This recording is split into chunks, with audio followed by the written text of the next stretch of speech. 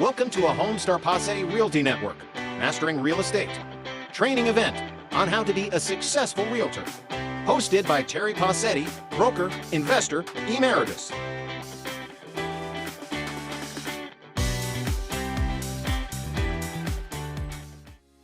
So I'm introducing the 40-30-10-10 plan, and I want to explain that to you because now next week we've got 3 jobs to do.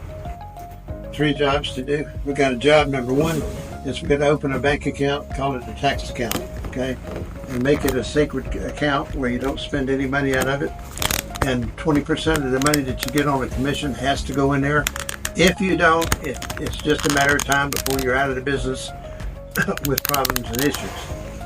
The second one is you got to ride around and find 10 houses. Now, Kylie, that'll be easy for you, okay? So you find 20, all right? Get your mom riding and doing that for you. And because I can tell you now that you'll be glad that you did. So when you do that, we're going to bring them in here. We're going to analyze them. Today I'm going to give you information about how we analyze them and what we expect and what you need in this business to make money. There are 2 things. One is we list and sell real estate. The other thing is we buy and sell real estate. Okay. We have a 10-10 plan. How to buy 10 houses, how to pay for them in 10 years, and how to retire with $10,000 a month income. I'm going to give you a quick story. My daughter Suzanne, she's my oldest daughter. I have a son that's older, Chuck, and Suzanne, and Cassie, and Cheyenne. I have 4. Suzanne, when she was a teenage kid, I'd make her come to the office every day so I could keep up with her. And after school, she'd come to the office. Well, I was a mortgage broker at the time, and we'd buy and sell overheld mortgage. So if you sold a lot, for instance, and you took back a mortgage, you would get a mail from us to tell you that we were interested in buying your mortgage. We bought them at discounts, and we learned how to figure the yields. And with that, you could take a 6% mortgage and convert it to the equivalent of, and that's the key word, it's the equivalent of a 12%, 18%, whatever the seller was willing to discount it to. But we knew how to figure it out, and I'm going to teach you all that because that's something you need to know in looking at this. I just took back a mortgage, $10,000, $9,900. I took it back at 10%. Would I sell it to somebody for 12%? The answer is yes. I would sell it to somebody for, maybe, possibly. I've got another one that pays us every month for 12%. She pays like clockwork. She's never been late. But we didn't have to discount that, but we wrote it at 12% because that's what I didn't think the person would pay it very well, but they have. They paid it real good. So, you can do this and you can create business, and we're going to talk about some of that today, where you can create some business. Now, when you get the vacant houses, next week to get into class, you have to come in here with 10 vacant houses. Okay, I got to get you into business, and you have to meet me halfway. All right, I can only teach you if you're here, and if you're going to come and skip, and that's a different story. Probably won't be on Friday anymore because that's Joan's Meals on Wheels deal. Thank you, Joan, for helping the poor folks. Thank you. Love you. Excuse me. So let's talk about 40-30-10-10 plan. Excuse me. 20% is already gone. It went to taxes. Okay, went into your tax account. Now let's assume that you make $3,000 a month after you pay your taxes. $3,000 a month. How much money can you spend for housing? That says 40% of your money you can spend for housing. You can't spend any more. If you do, you're going to take away from something else. So this says you can spend 40% of your income that's left over after you pay your taxes. And if you do this, think about this. Suppose we had little pits and holes that we could take this money, and every time we got a paycheck, we wrote a check out for housing and for this and for that and the other. and we stuck that money there, or cash. You got to get some habits going for you for this business to help you succeed. 40%, what does that mean? That means rent, groceries, electric bill, phone bill, everything about the living in that house. Are the mortgage companies lending people too much percentage-wise? Yes, they are. And that's why you have foreclosures, which that has started. 40%. So you got to have 40%. You mean to tell me you got to be able to pay the groceries and the electric bill and the phone bill and everything related to living in that house? The answer to that is yes. 30%. You have to send the kids to school. You have to have a car to drive. You have to buy gas. You have to have insurance. You have to have all these things. And it's on this, and y'all can take a picture of that and board and have it for yourself. 10%. Let me tell you a good story. My mother had very little education. I think she got through 11th grade. She came to work with me after a lot of arm twisting. She drove the school bus to Hastings High School. She managed the cafeteria, and she drove the bus home every day. So every day she got up and went to work. Did 2 jobs in one day, and then on the weekend she would go over to Marty's restaurant, which is now CVS, and she would work in the restaurant. And she would just work hard. She was just a hard worker. She was one of 14 kids. She was born up in South Georgia and was one of 14 children. So she knew what hard work was all about and dedication, and she didn't mind. She didn't mind doing it. So when I got into real estate business, I realized that, I needed to get her out of what she was doing and get her to come to work with me in real estate. And she said, Terry, no, I can't. I got to have my job. I said, Mom, you got to quit your job. If you don't quit, I'm going to go tell the people you quit anyway. And she said, that's none of your business, So anyway, me and Mom went round and round, and we were really close, me and my mother. Finally, we got her to come to work with us, and I saw a life-changing thing in her life. She managed properties. She had about 30 for a guy. Every year he would come down and buy another property, and every year she would have another one to manage. She would manage them, and never, she was always dedicated. So anyway, she did good, and she made a living between the rentals and her sales. And when she got a customer, she never gave up, she never quit, she never slowed down. It was constant. She was taking care of that customer. Then, when she got older, to be 91, she really got where she wasn't very mobile. Take her to church in a wheelchair, and David and I, and she loved to go to the Catholic church, and then we'd go get her and take her. And so she had a nice little house we had built for her, and she wanted to live there.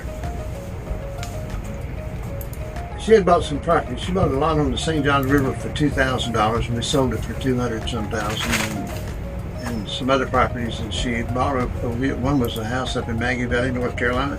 And here's a lady that didn't have any money, but she managed to end up her life with substantial real estate holdings that took her on to levels that she never dreamed of. She never thought of. So she was able to take care of herself. Every time we say, Mom, we need to sell this property. No, I'll leave it to y'all. No, you don't worry about us. You did a good job. So she was able to leave us money and take care of herself for the rest of her life. And she was 91 when she passed away. Anyway, real estate business will do that for you. And I recommend it highly for everybody here.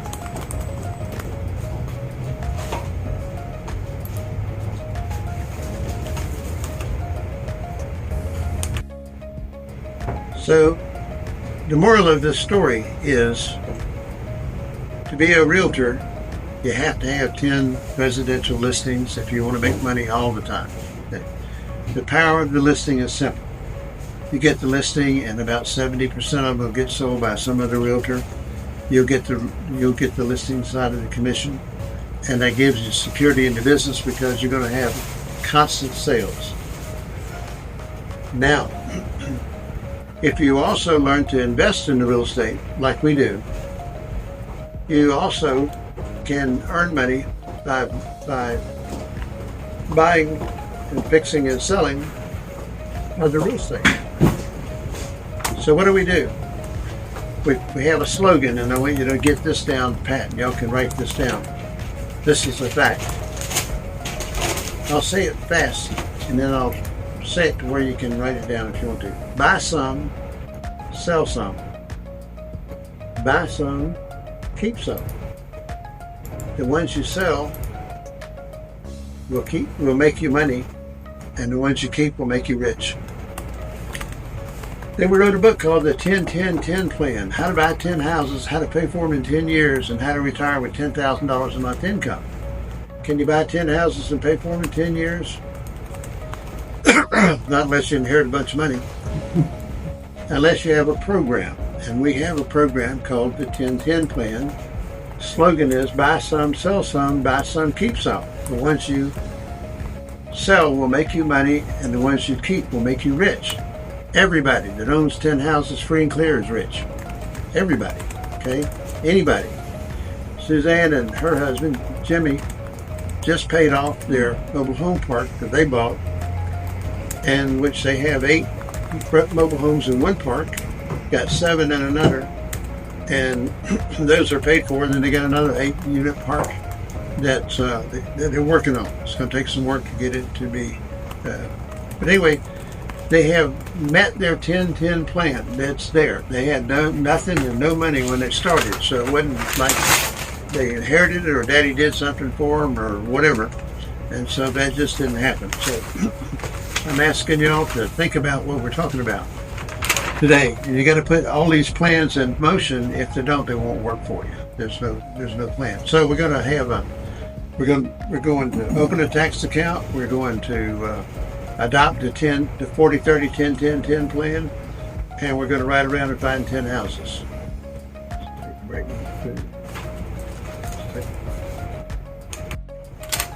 And the seminars were excellent because we attracted investors and we attracted realtors and friends, and we were really wound up tight. We were buying and selling lots of properties, and y'all have heard me tell a story about a guy that worked here with us. We would give him leads. Suzanne and Cheyenne and Cassie, my 3 daughters, were researching in the courthouses, which you no longer have to go to the courthouse to do. And they were generating hundreds of leads of people that were filed into foreclosure when they were first filed. They were doing Duval, Clay, Putnam, Flagler, and St. Johns counties. They had a tracking system that they used. They would track the foreclosure from the time it was filed all the way to the courthouse steps for sale. Foreclosure is a big term, and we hear a lot of people say pre-foreclosure. Well, let me tell you what pre-foreclosure means to me. It means it's not filed yet. If it's filed, it's in foreclosure. It is in foreclosure.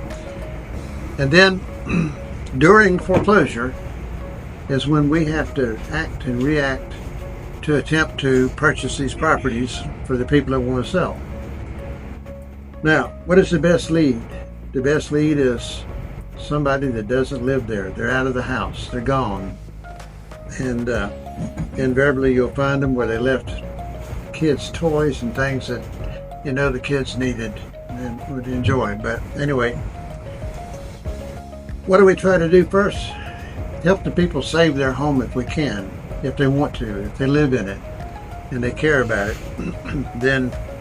But a lot of people that you'll be dealing with don't care. They just don't care. They've had enough of it, or they're divorced, or somebody died, or somebody is different about it. And so we made these tapes, and Amber is now converting a lot of these tapes and putting them out here now as if they were current. And she just put one up last night, which is awesome. I thank Amber for that. That's quite a skill. So we have a lot of tapes, and so we're putting them up on YouTube, and y'all need to go there, and some of them are under my name and some of them under Homestar name, and you can access those and look at them. And there's I got a 4-tape series that's The Power of Debt. Let me tell you about the power of debt. That's why I'm urging you to open that tax account and get the money in there and file your taxes quarterly and whatever you can do to make your business management much better than most of us. And I'm asking you to do that to start with. So now the tapes, 4 of the tapes are The Power of Debt. The power of debt's incredible. It can make you very wealthy. It can make you very poor. It's made me and us both ways, so we understand the power of it, and that's what led me to do this 4-tape series on the power of debt. What does that mean? It means that if you learn how to use debt to your advantage, it can make you a lot of money. What do I mean by that? As we go through contracts and some of the things that we're going to go through for the next several weeks in session, and I ask you to do certain things, I expect you to do it. Okay, the reason I expect you to do it is if you miss a class, you probably left something out that you really needed, because everything about this is a really neat thing. We were doing seminars, and what we were selling at the seminars was the training. The training was $4,000 to $5,000. So we had people come in. We'd stay in a hotel room for 4 or 5 days, and then not a room, but a conference room in a hotel, and we would teach the course.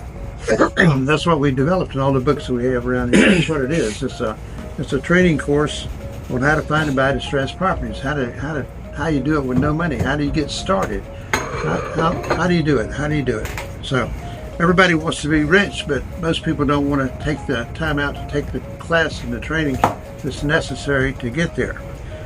So we're going to concentrate and focus on Putnam County right now. We're not going to leave St. Johns County with the things that you do, because we have investors here in St. Johns County that may not go to Putnam. I don't know yet. But we're going to focus on both.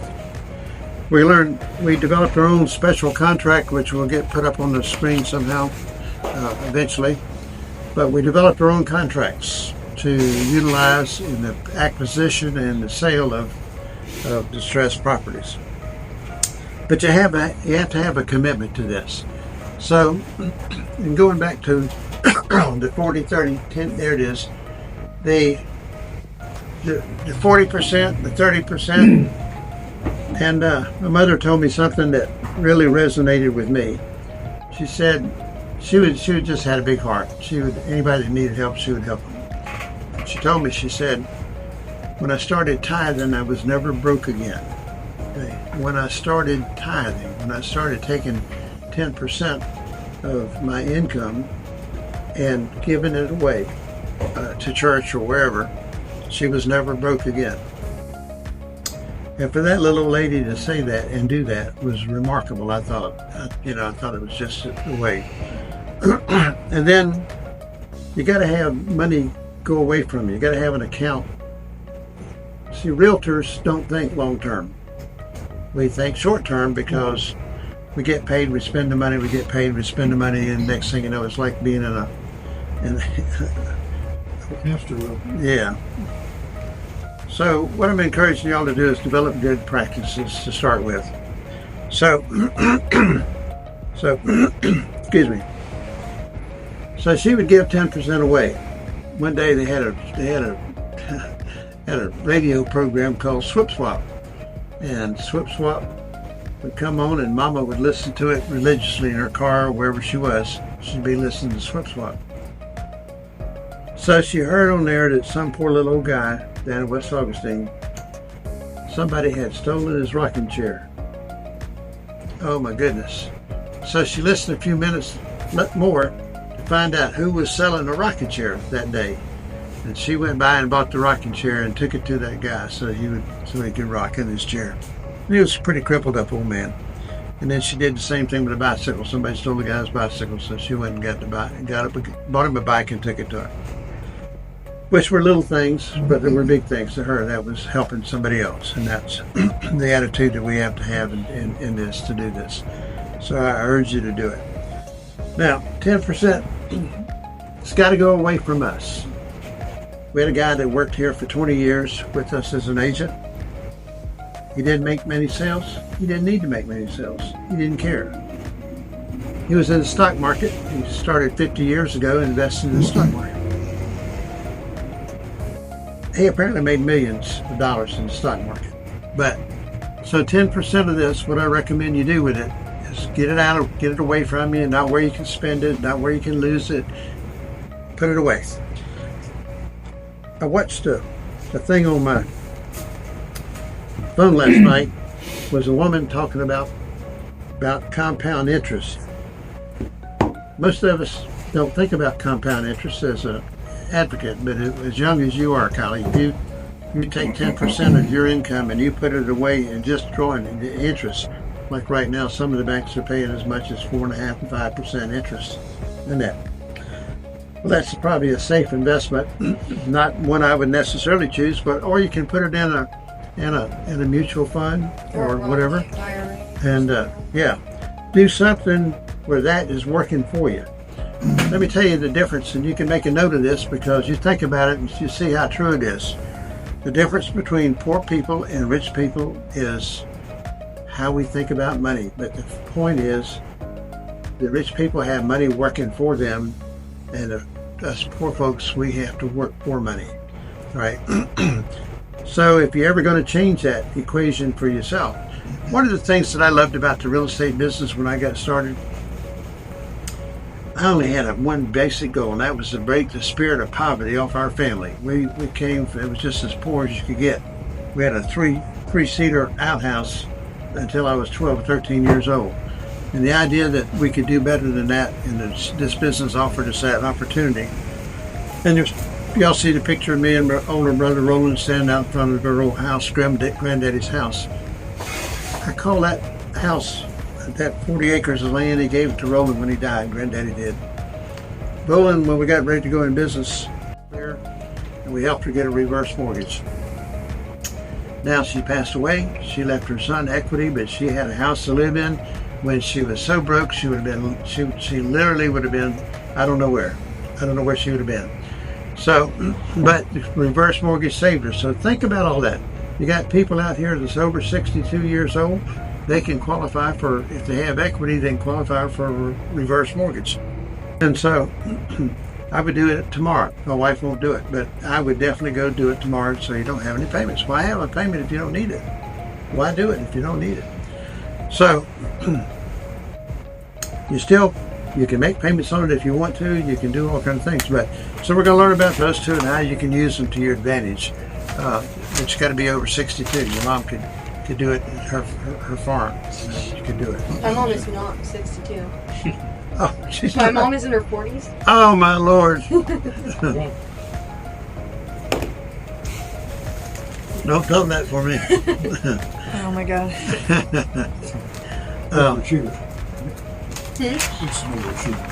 Baby's having babies years ago. Yeah. Well, I mean, my great-great-grandmother is still alive, so. Oh my Lord have mercy. Lord, we're blessed. Honey, I am very blessed. My daughter's even more blessed that her great-great-great-grandmother is still alive. That's amazing.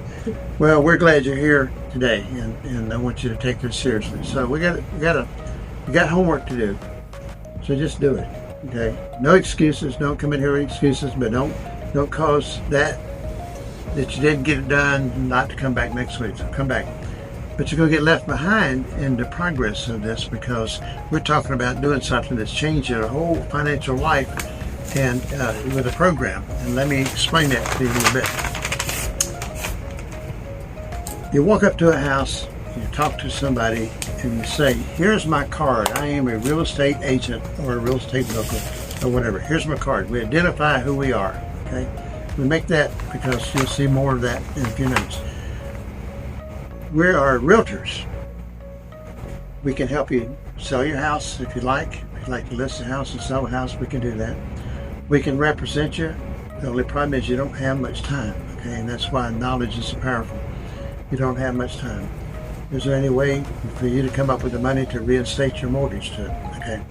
So we have a form over there in the form book that says, I need this to sign this form. What this does is authorizes your mortgage company to speak to us. We have to get a balance. We have to get how much it costs to reinstate it. What is the status of it? You know, are you going to lose your house before we can get all this done? Excuse me, how much money does it take to reinstate your mortgage? How much does it take to pay it off? And these are things that you need to know so that you can give them good advice. Now you're talking to somebody about getting a listing on the property. Before you leave there, you may very well get the listing, okay? You have 10 listings, you're going to make money in the dimension number 1 of our business all the time. You're going to have closings all the time. You're going to be a good agent. And in the process of that, you're going to buy a property. You say, I can't buy anything because I don't have money. That's how we put together investors. How our program works is this.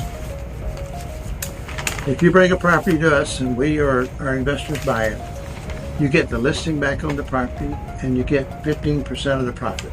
Okay, you don't have to sign anything. It's an absolute way to get started investing in real estate without money. Okay, you're going to learn. You're going to do 12 houses in a year. You're going to learn a whole lot about this business. And that's the power part of it. If you have the money and you're going to be the investor, then the agent out here that does this would make the 15%, and then you and the company would split the profits. And so that's how that works. And so you bring it back here, we work together, it's a business, and we can become teammates. Can you buy us out if you want to keep it in your 10-10 plan? Yes, we'll work something out with you. And so we want to encourage you to get started. Buy some, sell some, buy some, keep some. The ones you sell will make you money. The ones you keep will make you rich. Okay? Now, let's assume that you do a buy-sell deal where we do, and you make your 15%. What are you going to do with it? Spend it? The answer is no. Put it in your tax account or your savings account, because now what you're trying to do is get enough money to make your first investment property yourself. Okay. Now you've been making them with us. Now you got a chance to make one for yourself that you're going to keep.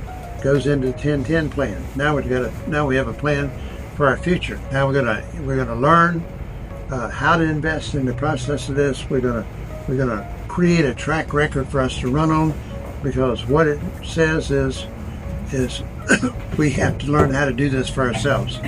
If you have equity in a house, using a HELOC loan is a smart thing to do.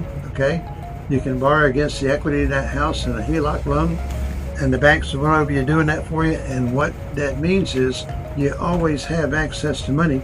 You don't have to take it. You don't have to close it. You don't have to draw the money down until you find the deal. Then you buy your own. You see. Now that's not a reverse mortgage, so you don't have to wait to get old like the rest of us.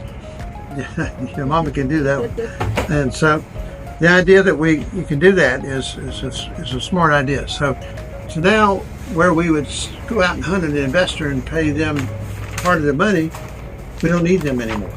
Okay, all we need is the company and the relationship that we have, because that's what we require to participate with us to start with and to learn. So it's a great opportunity. That's why our company is different from anybody else in town that I know of. We want you to list 10 properties. We want you to have 10 listings. Here's why. I know if you do, you'll always have money floating in, coming in. You'll be able to put money in your retirement account. You'll be able to put money in your tax account. You're going to have money to spend for yourself, and you'll know what that is. And then you can learn, and so you start to build a balance in the bottom of your business. You're just getting started. It doesn't matter. Doesn't matter what you did yesterday. It matters what you're going to do tomorrow, today, and tomorrow. And so that's where we are. So we believe big in the tax account and the 40-30-10-10-10 plan. Go home and write that down. Okay, write that down. What debts do you have related to the house? Okay, to living. What are your expenses?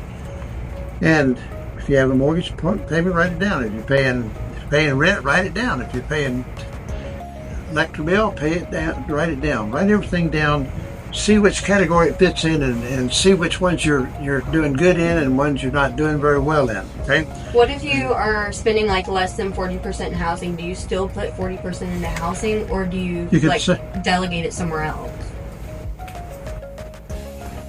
That's your choice. You could delegate it somewhere else, but if you leave it in the housing for the future housing, for the upgrade in the house, or more money to spend for investments, that's a smart thing. That's a good position to be in. Okay, so if you don't have car payments, and if you don't have house payments, or they're not 40%, then you obviously can do more things. So it's all about getting you to where it works for you. Each one of you are different. If we went around the room and we did a 40-30, 10-10 plan on everybody would be different. Okay, and that's fair.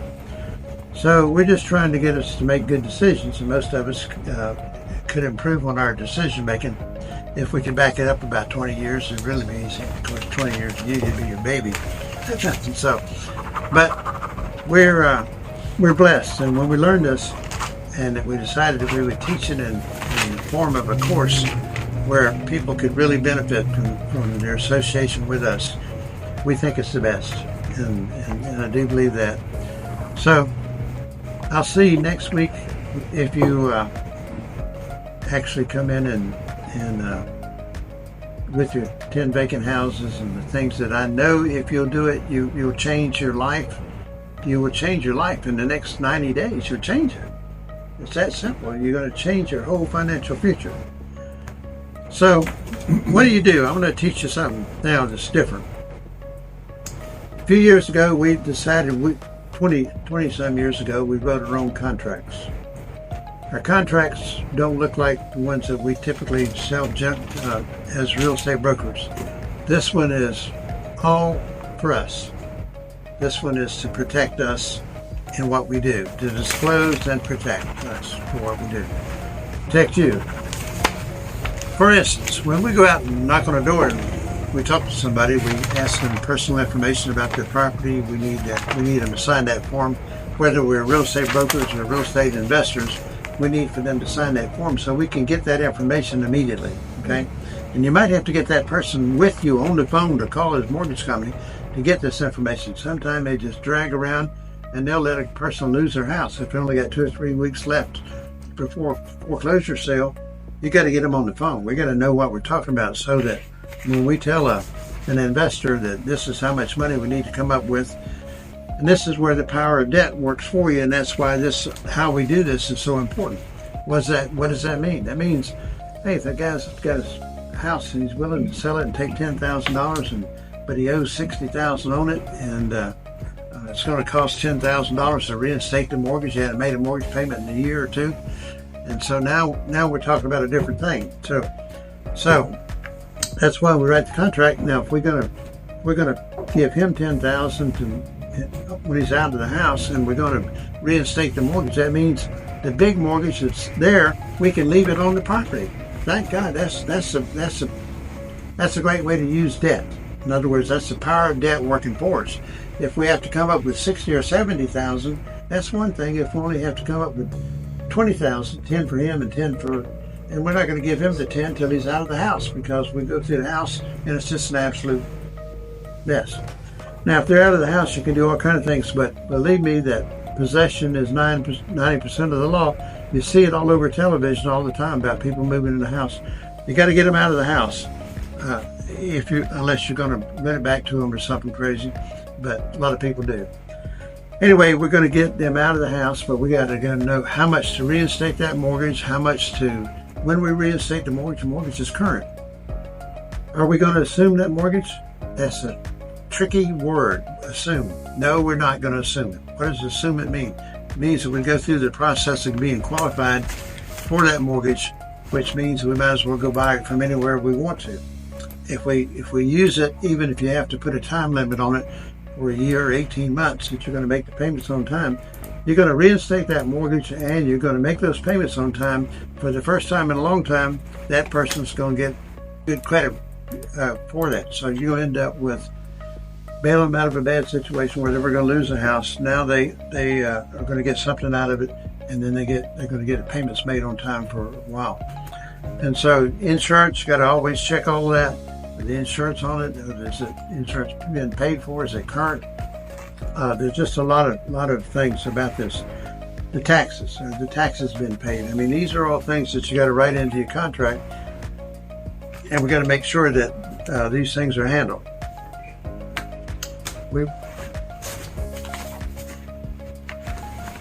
So, Dee Dee, we can go ahead and pass out there.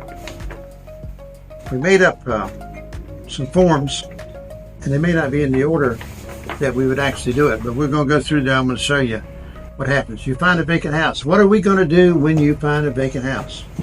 Okay, we're going to research it. We're going to find out who owns it. We're going to find out if there's taxes delinquent on it. We're going to find out all about it. And then what are we going to do? We're going to write one of our contracts. We're going to make an offer on the property. We're going to call the people up. We're going to knock on the door. We're going to visit with them. We're going to see what it takes to help them. Okay? And believe me, if you save some of them from losing the house and having a foreclosure on their credit for the rest of their life, for the next few years, or bankruptcies or whatever, bankruptcies stay on the house 2 years once it is dismissed. And it stays on their credit, some of the agencies, for years. FHA, after 2 years, if they don't make any more bad debt, they have good debt, then good credit, then they can buy another house. Okay? So that's what you're doing for them. You're getting them in a position where they don't have to have a foreclosure on their record for the next few years, and some of them longer than that. What else or a bankruptcy. Who owns it? Is the mortgage current? Are the taxes current? Why is it vacant? Is it distressed? Is that? That's what all that's finding out is why, if it's delinquent. I mean, if it's in foreclosure or if it's mortgage delinquent, the taxes delinquent or whatever. How do you find that stuff out? With that seller's help. All we got to do is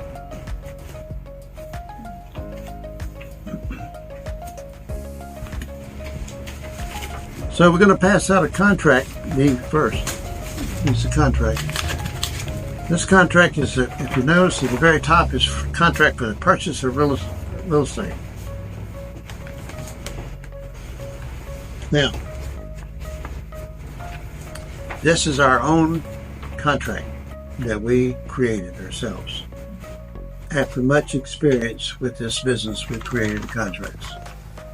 So we're going to look at the purchase of real estate. Now, we find this vacant house and we get enough information. Is Tim asleep?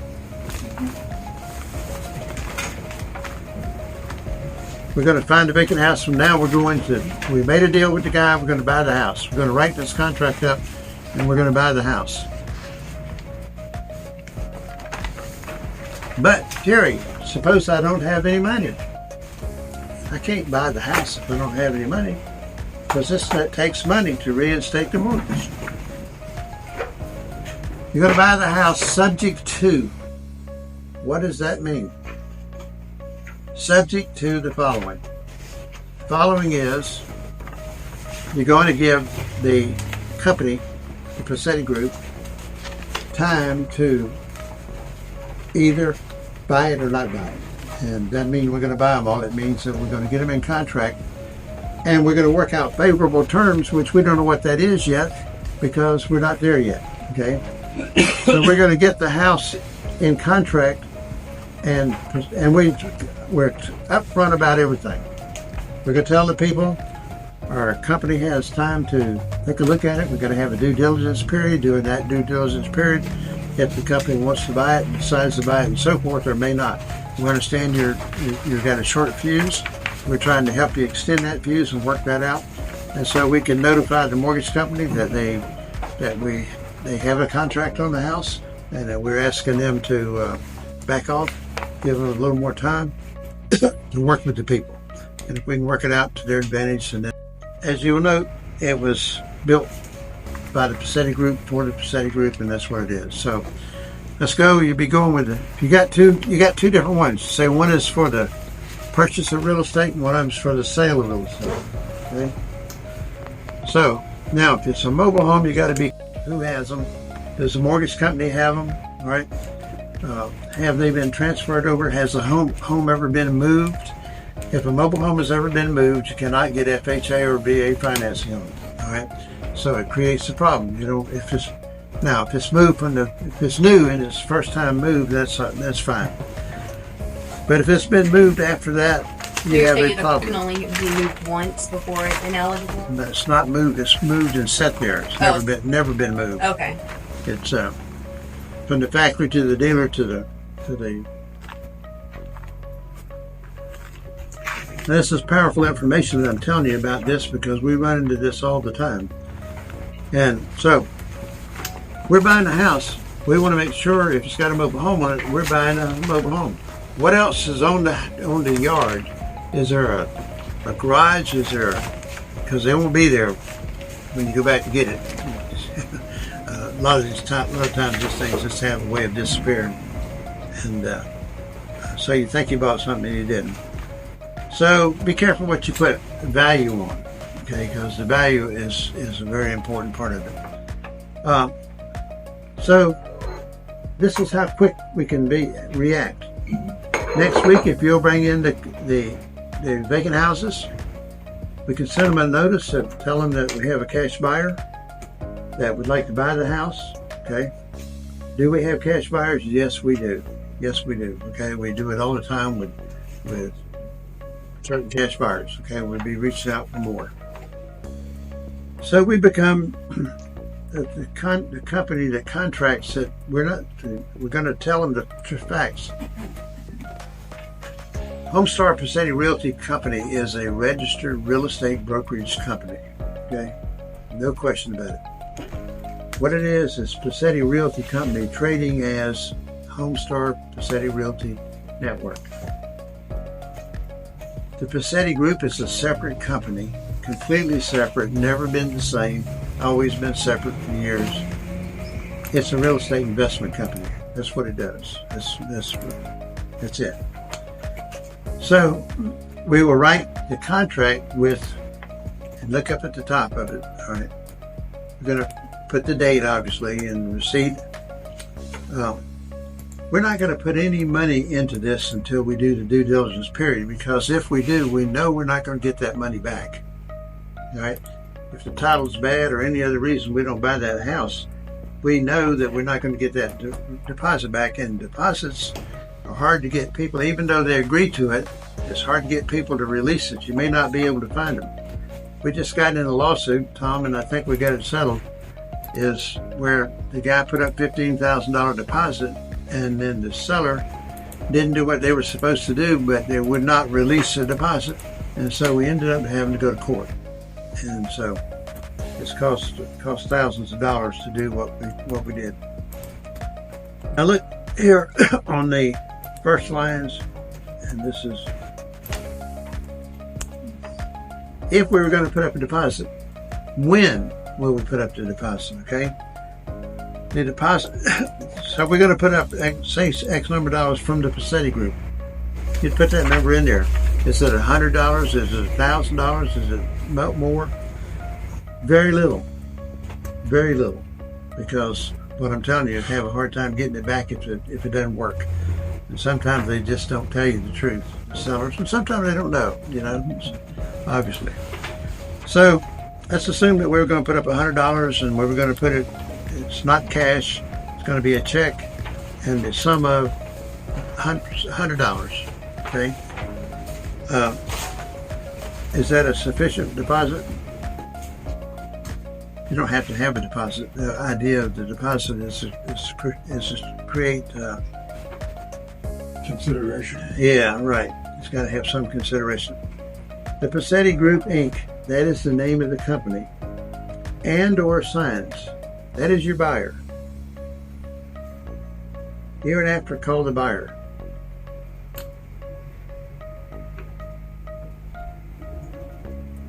as an earnest money deposit and part of the purchase price on the account of offer to purchase the property of so-and-so. Who is the seller? Okay, we're going to look that up. So who is the seller?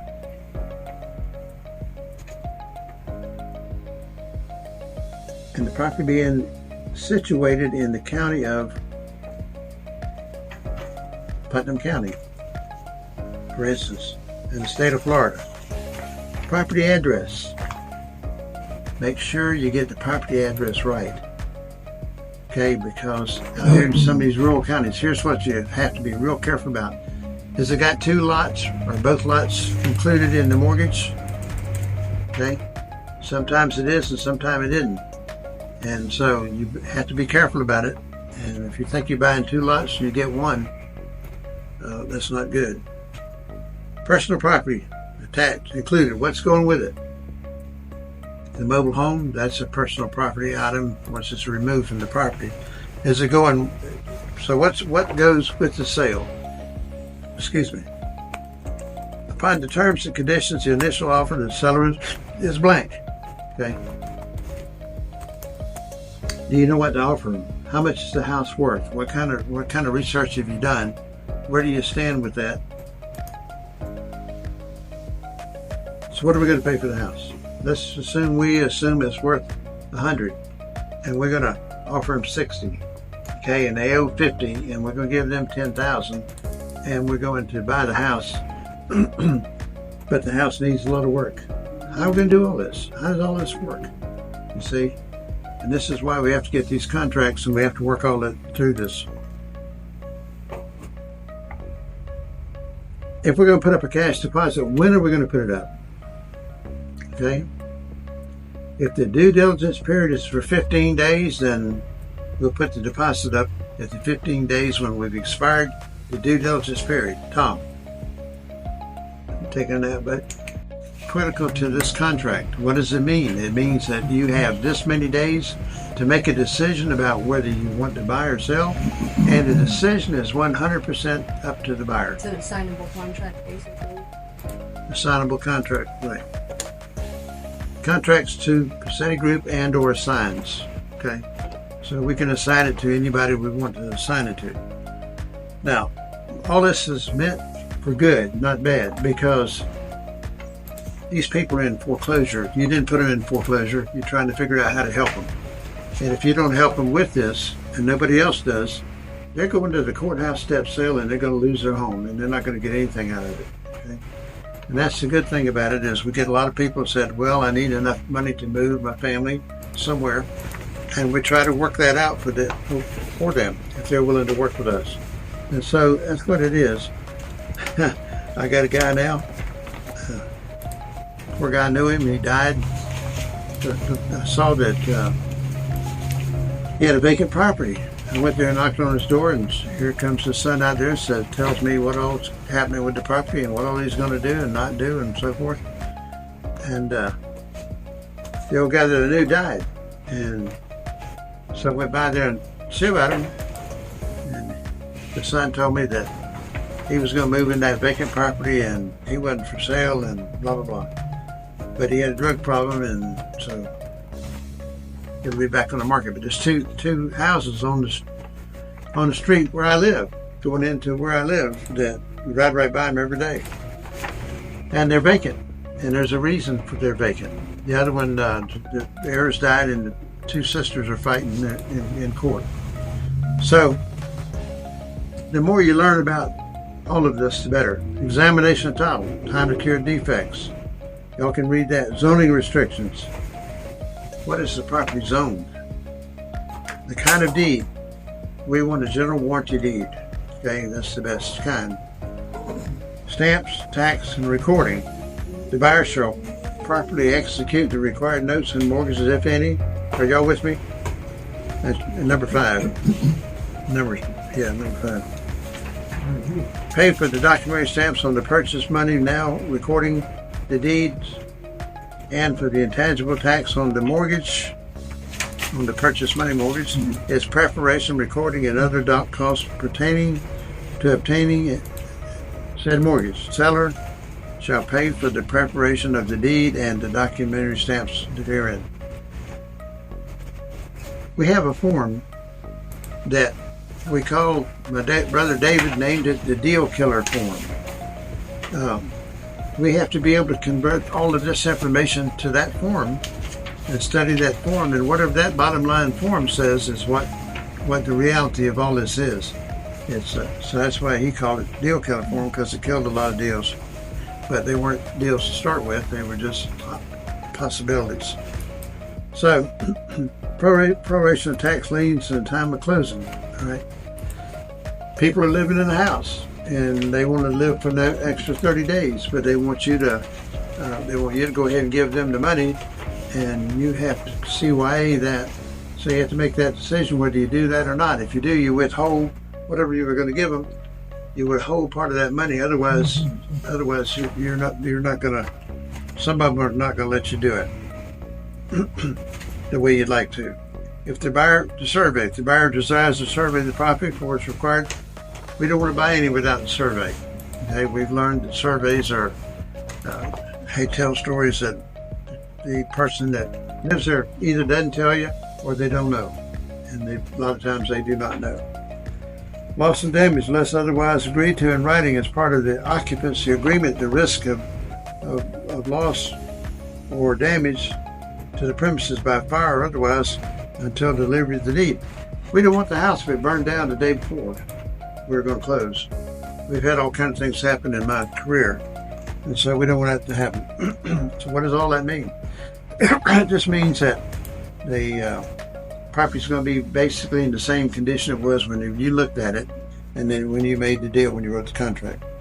Attorney's fees and costs in connection with the claims of litigation, including appellate proceedings arising out of the contract, the prevailing party shall be entitled to recover reasonable damage. Prevailing party means whoever won the lawsuit, whoever wins. Now, do you want to be in that position? Absolutely not. That's why all this stuff is so important, that you gather this information. Legal description on these meets and bounds descriptions is urgently important. You got to get a copy of the deed and make sure that you're buying what they're selling and they're selling what you're buying. And correct, the conditions shall be seller's expense not to exceed X. We're not going to fix any of that at our expense. Maybe we might. It depends on how good the arrangement is. Might put you in a position to renegotiate your contract. And so, definition, the word buyer or seller herein employee shall be construed to include the plural as well as the singular, and continuous shall be made binding upon the heirs. Making time of the essence. Time is of the essence in everything real estate matter that you do.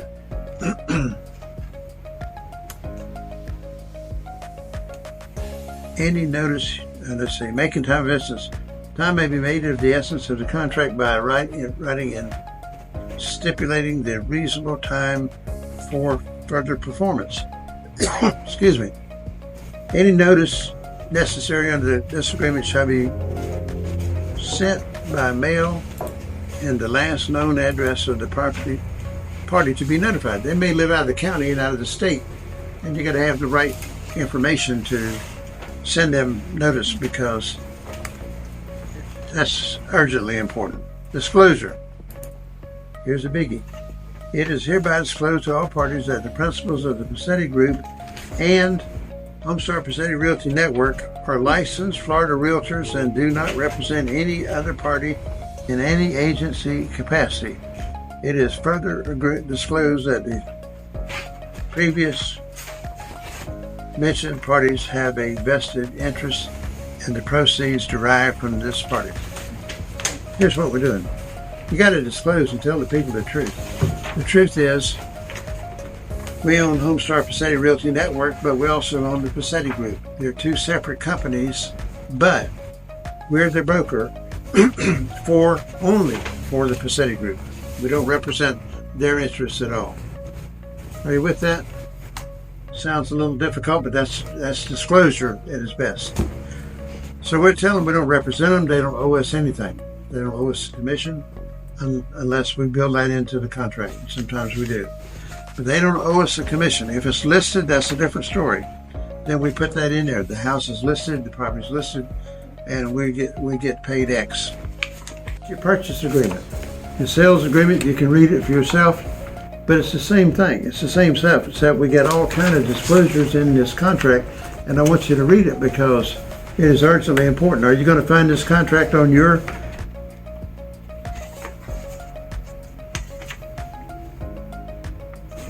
computer? The answer is no. Can you take it and put it there and save it? Yes.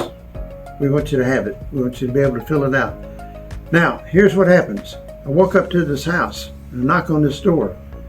A man comes to the door, a woman, whoever, and I tell him we came here. We work. We have a service that provides us leads, known as think of the right word in the morning. It's leads from the court. These are leads that are generated by the court. They're public knowledge. The fact that you're in foreclosure, oh, I didn't know it. Well, the fact is you are, and it was filed yesterday or whatever. So they have what they file is what they call a lis pendens. Okay, lis pendens puts the world on notice that there's a lawsuit filed against some legal action against that property. And it may be a quiet title suit. It may be anything. That's why you have to know all these things that you learn. And so I just wanted you to get started today, and I wanted you to see where we for everybody. It works very well. So today, as we end this session, I want you to take that very seriously about what I'm talking about. Is let's go get that done. Whenever you find 10 vacant houses this week, and you do that for a month, you're going to change your whole life. Okay, you're going to change your whole financial life. If you don't do it, then you're just going to be behind because somebody's going to do it. And so we've had people that took this and went on with it, and have the other forms that that Dee Dee passed out to you with the blue cover. I want you just to study those and don't tear them apart. Leave them stapled. And I want you to study these because this is where we're going from here. Once we get a house, we got to determine whether it's an A lead, B lead, or C lead, and we're going to determine how much is owed. We're going to find out exactly everything it takes to do it. You're going to have somebody in the construction business that you trust that can walk through the house and punch them out for you and give you an idea of what it's going to cost to fix it. Because we may be fortunate to fix it like it is, but in most cases require fix it. So if we're going to fix it, who's going to pay for it? These are all questions that we will answer. And I thank y'all all for coming today. You're wonderful students, and I believe that we're going to have some real success here with each one of you. So thank you so much. Glad to be your broker. Glad to be your friend. All right.